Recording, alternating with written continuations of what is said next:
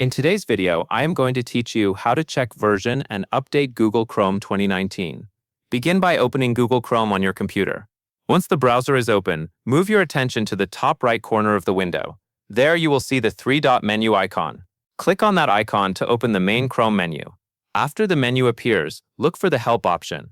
Move your cursor over Help so the side menu opens. In that side menu, click About Google Chrome. As soon as you open the About Google Chrome page, Chrome will usually begin checking for updates automatically.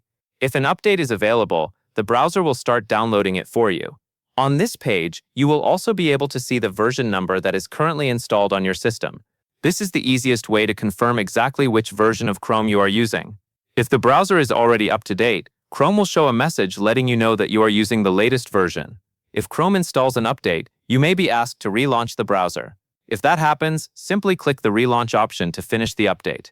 It is a good idea to save any work in open tabs before restarting, just to make sure nothing important is interrupted. So to review, open Chrome, click the three dots in the top right corner, go to Help and then select About Google Chrome. From there, you can see your version and let Chrome update if needed. That covers everything you need to know.